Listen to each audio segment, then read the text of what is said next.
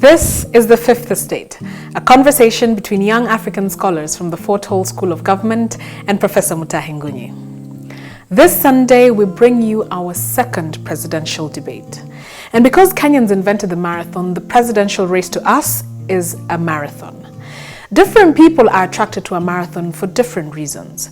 Some get into the marathon to finish. They're not interested in winning. Others get into the marathon to set a new record. They may win or not. But there are those who get into the marathon to win, pure and simple. Our focus in this debate is on those who want to win, those who have run the marathon for 4 years. We will ignore the abrupt sprinters who jumped into the race the other day. This debate is therefore between Uhuru Kenyatta and Raila Odinga. And the debate theme is change or continuity. Between Uhuru and Raila, who represents change and who represents continued failure? Consider the evidence with us. Mr. President, sir, your case at the ICC was terminated on December 5th, 2014.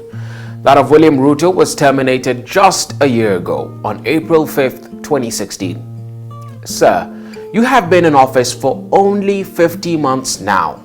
The Muzungus squandered half your presidency, or 21 months, at ICC. In the meantime, William Ruto was only released from ICC 12 months ago. The Muzungus at ICC squandered 3/4 of his deputy presidency. And now my question to you, Mr. President, sir. If you have been on your desk without interruption for only 20 or so months, and Ruto has been on his desk for only 12 months without ICC interruptions, what have you achieved? Today, we celebrate laying one of the key cornerstones to Kenya's transformation to an industrialized, prosperous, middle-income country. Today, we join hands as 45 million people to embark on a new journey that seeks to create new opportunity,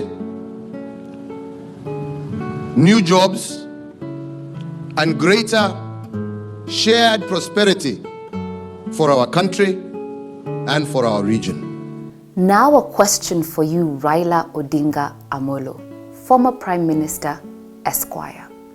Your opponent, Uhuru Kenyatta, was incapacitated by ICC for half his presidency.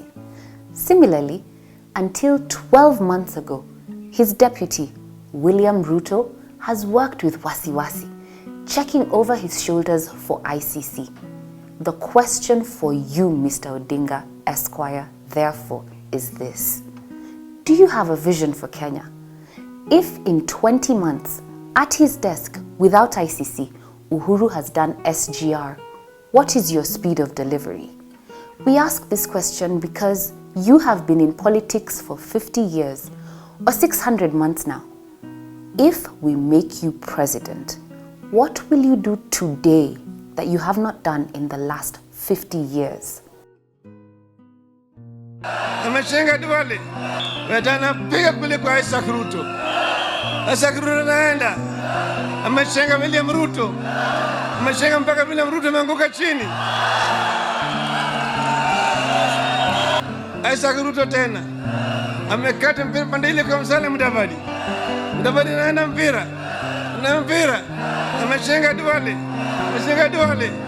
mpatia Kalonzo, Kalonzo na mpira Kalonzo, amekata mpatia Raila pande. Mr. President, sir, this is a nation of young people, and we, the youth in our 20s, are closer to the future than you are. Let me explain. If you are 56, my generation in its 20s is 30 years closer to the future than you are, sir. And if Raila is 72 going on 80 years, my generation in its 20s is 50 years closer to the future than he is. My question to you, therefore, is this. If I am 30 years closer to the future than you are, sir, and I am 50 years closer to the future than Raila is, Who knows the future better than the other? My generation or both of you? Put simply, what does the future look like to you? What is your agenda for the youth and the future? Mr. Odinga, you're itching to give an answer to this question. What is your agenda for the youth and the future?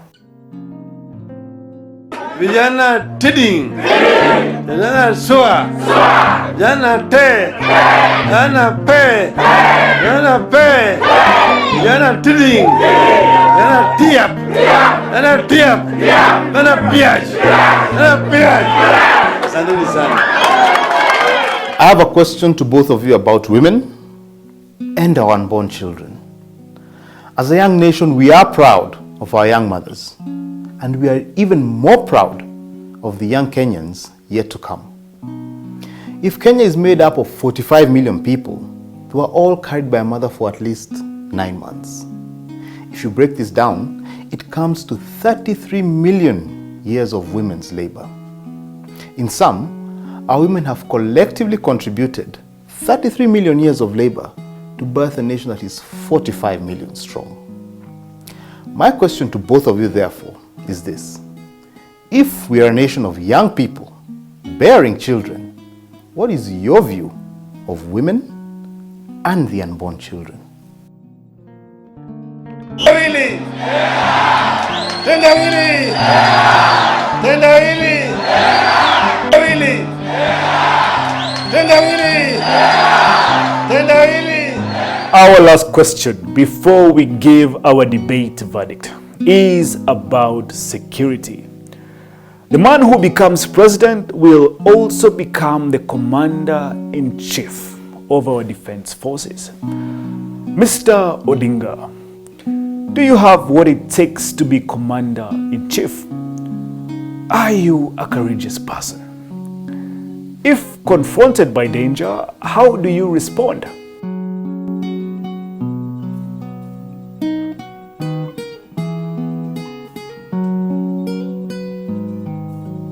And what is your stand on criminal groups like Mungiki and MRC?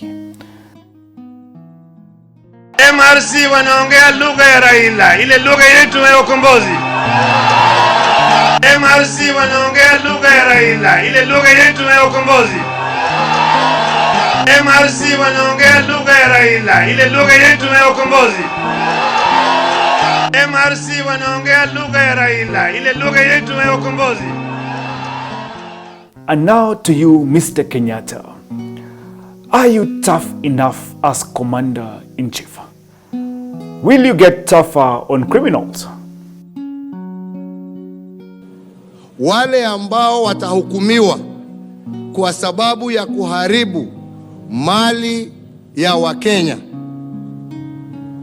kuharibu haki ya watoto na watoto wa watoto wetu, nasema Mungu nisamehe, lakini hawa ambao watahukumiwa nitaweka kidole wanyongwe. Now we must conclude with our original question. Between Uhuru and Raila, who represents change and who represents continuity? Consider our concluding thoughts. The choice before us is not a choice between two individuals. It is a choice between two ideas. It is a choice between political jokes such as Raila and Mpira and economic transformation as represented by SGR. It is a choice between a lot of poverty who sees nothing positive in Kenya and a well-meaning president who is easily bullied for trying. It is a choice between politics and leadership. Raila represents politics, but Uhuru represents leadership. Leadership is about vision, and politics is about drama and kitendawili jokes. The question to the country, therefore, is the following. Between Raila and Uhuru, who represents change and who represents continuity?